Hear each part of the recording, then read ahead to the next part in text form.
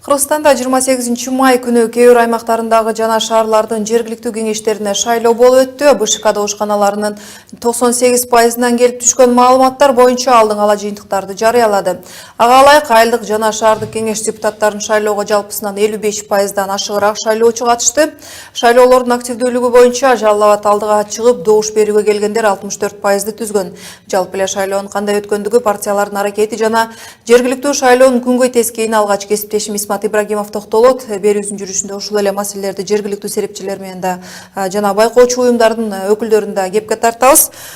Исмат, адегенде өткөн шайлоонун негизги фактыларына токтолуп кетсеңиз, кечээ күнү өткөн шаардык жана жергиликтүү кеңештерге шайлоолор тууралуу, анан жерлерде партиялардын аброю канчалык, шайлоочулардын активдүүлүгү кандай болуптур? Рахмат Назик, кечээ күнү 28 майда өткөн жергиликтүү жана шаардык кеңештерге шайлоого жалпысынан Кыргызстан боюнча 22 саясий партия атсалышкан. Алардын ичинен КСДП фракциясы, ошондой эле Өнүгүү прогресс саясий партиясы Кыргызстан боюнча 8 шаардык кеңештин бардыгына талапкерлерин койгон. Андан тышкары республика жана республика болсо Көк Жаңгак шаарынан башка бардык шаардык кеңештерге өзүнүн депутаттарын сунуштаган. Андан тышкары Мекеним Кыргызстан жана Кыргызстан партиялары 5 шаардык кеңешке өздөрүнүн кишилерин, талапкерлерин жылдырган. Алардын ичинде кээ бир шайлоо участкаларында, кээ бир шайлоо аймактарда биринчи жолу эле шайлоого катышып жаткан саясий партиялардагы ийгиликке жеткен. Мисалга алсак, Кыргызстан коммунисттер партиясы Жалал Абадтын Көк Жаңгак айылында 2-нчи орунду ээлеген. Жалпы эле шайлоодогу активдүүлүк тууралуу Түштүк регионунда Жалал Абад областы аябай активдүүлүгүн көрсөткөн. Ал жакта шайлоочулардын 55%дан ашыгы катышыптыр. Ал эми партиялардын аброю, алган божомолдуу добушу, топтогон упайлары тууралуу төмөндөгү видео материалды сунуштайм. Ноокат шаарында 5 партия шайлоого катышты. Элдик Народная, Республика, Замандаш партияларынын ичинен 53 добуш менен КСДП алдыга чыкты. Жыйынтыгында КСДП 12, Элдик Народная 4, Республика менен Замандашка 2ден мандат тийди. Көк Жаңгакта КСДП 11, Кыргызстан коммунисттери 8, Өнүгүү прогресске 1 мандат тийди.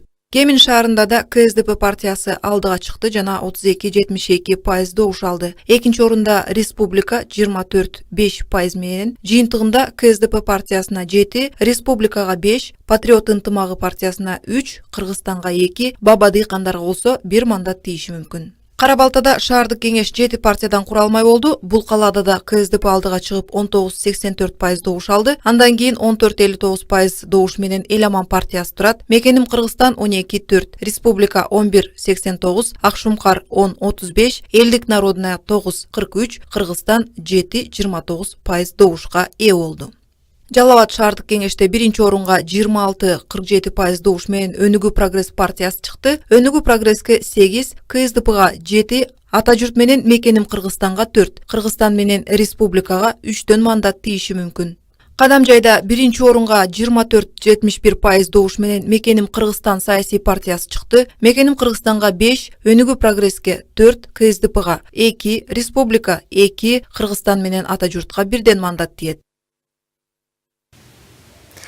Бул жерде шайлоодогу мыйзам бузуулар тууралуу токтоло кетсек, олуттуу деле эч кандай мыйзамсыз көрүнүштөр катталбаптыр. Байкоочулардын пикиринде алар көбүнчө кээ бир аймактарда жана түшүнүксүз абалдарды көргөнгө болот экен. Мисалы, Жалал Абадтагы шайлоо участкасында КСДП фракциясынын депутаты Музафар Исаковдун ушул шайлоо участкасындагы иштеп жаткан комиссия мүчөлөрү менен талашып барышкан видеолору интернетке тарап кетти.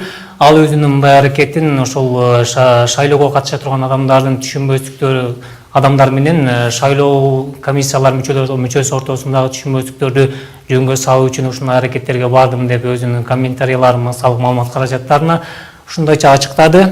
Андан кийин ошол Жалал Абад шаарындагы номер 3 мектепте дагы ошол мэрдин милдетин аткаруучу Турдалы Темирбеков да кызычуу салган экен. Бул тууралуу ал өзүнүн комментарийинде ошол шайлоочулар тарабынан түшүнбөстүк аракеттер болгондуктан аларды ошол жайгарууга болгон менин кадамдарым болду деп түшүндүрүптүр. Буга чейин биз билебиз, аймактарда шаардык жана жергиликтүү кеңештерде шайлангандар коалиция кура албай кайра тарап кетип жатты. Айрымдар муну президенттик шайлоого болгон камылга деп атап жиберишти. Буга канчалык негиз бар экен? Бул жерде эске сала кетсек, өткөн айда Жалал Абад областынын шаардык кеңештин мүчөлөрү коалицияны кура албай тарашкан болчу. Андан кийин Караколдо дагы ушундай окуялар болду. Мунун негизги себеби бул жерде бир бийликтеги бир партия эмес, алардын ал жердеги талаш ошол партиянын ичинде бир же эки адамдын жанагы коалиция мүчөлөрүнө жакпай калып, аларды өткөрбөй койгон аракеттеринен улам толугу менен коалиция кура албай тарап кетти деген пикирлерин айтышты жарандык активисттер. Алар ошол толук партиялык системага эмес, партиянын ичинде иштеген адамдарга каршы болгондуктан ушундай шайлоону кайра өткөрүүгө туура келип жатат. Кайра ушунчалык чыгымдарга учурап, ошондой эле шайлоочулардын дагы жана ишениминен кетип атат. Партиялар өзлөрү аброюн түшүрүп атат деген пикирлерин билдиришти. Эми жаңыдан шайлангандар иштеп кете алабы экен? Бул тууралуу талдоочулар кандай пикирде экен? Талдоочу активист, жарандык активист Рита Карасартованын пикиринде азыркы бүгүнкү шайлангандарда толук менен иштеп кетет дегенге кепилдик жок экен. Себеби кайра эле мурун шайланган, мурун депутат болуп келгендер бир-экөөнүн эле орду өзгөрбөсө, кайра эле ошол мурун жанагы шаардык кеңештерге келгендер кайра эле келет экен. Алар бул жерде эң жаман көрүнүш канчалаган мамлекеттин эсебинен акчалардын кетип атканы, ошондой эле партиялык системадагы шайлоонун деңгээли түшүп жатканы, шайлоочулардын ишенимсиздигин гана жаратат бул нерсе деди. Азыр ошол активист, жарандык активист Рита Карасартованын пикирине кулак салсак.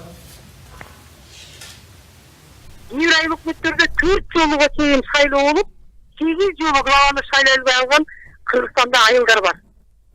Элестетке канча деген акча каражат тартылып атат. Ошон үчүн эч ким бүгүн айта албайчу, ушун менен токтойт депчи. Мындан ары деле конфликт уланып, жергиликтүү жерлерде маселе чечилбей, элдер бул эмне деген шындык деп, мындай элдин ушул системага болгон тура эмес көз карашы күчөй бериши мүмкүн да. Рита Карасартованын пикиринде мындай өзгөртүүлөр ошол жерлерде эмес, жогорудан болгон тапшырмалар, саясий буйруктардын негизинде ушундай иштерге барып атышат деди. Мунун негизи мындай эгер дагы ушундай улана берсе, мамлекет көп чыгымдарга учурап калышы мүмкүн деген пикирин билдирди. Эске сала кетсек, ошол жергиликтүү жана шаардык кеңештерге шайлоо өткөн жылдын 11 декабрында өткөрүлгөн болчу. Рахмат, кесиптешим Исмат Ибрагимов жергиликтүү шаардык шайлоо кандай өткөндүгү тууралуу айтып берди.